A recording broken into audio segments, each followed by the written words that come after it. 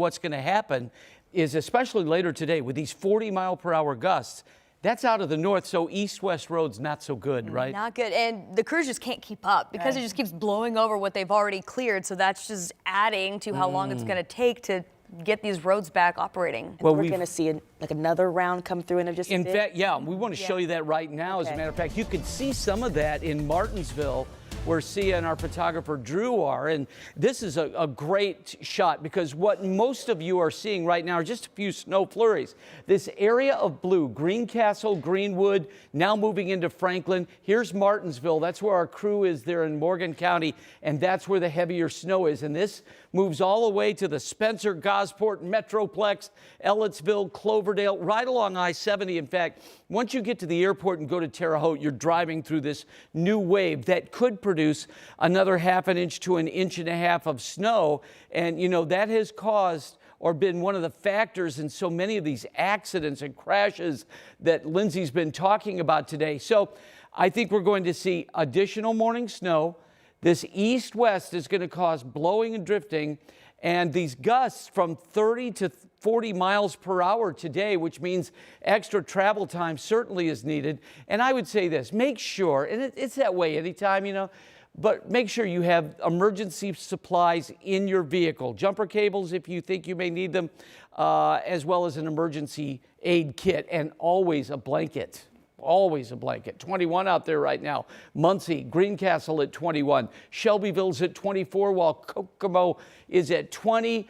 But the winds continue to howl. 33-mile-per-hour gusts right now. At Indianapolis International, we have 36 cancellations of flights at our airport. We have 4 delays, but I do think we're going to see more delays because what happens is the system has a tendency to get backed up. And so the later your flight is, the more likely you are to be delayed. And if you're just driving to work, be careful. 6 degrees is our wind chill. And I really am thankful that more than 300 districts are closed today, even though it's supposed to be back to school day, because this is really treacherous weather, especially for a school bus. Those of you that are on delays and not closings, just keep in mind that it's going to be a day of patience. 21 throughout the morning, 23 by 11 a.m., and I think even this afternoon and evening, we're going to have some, with this blowing and drifting, it's going to look like it's snowing out there, so it will be tough today. Let me show you our future track computer model. This is at 10 o'clock. 2 things to notice, the snow and then that. That is a big ridge of high pressure. That is never good in January if you don't like the cold. So by 1 o'clock, a lot of this starts to move out, not ruling out a flurry, but right off of Lake Michigan, this cold breeze is going to blow over the snow.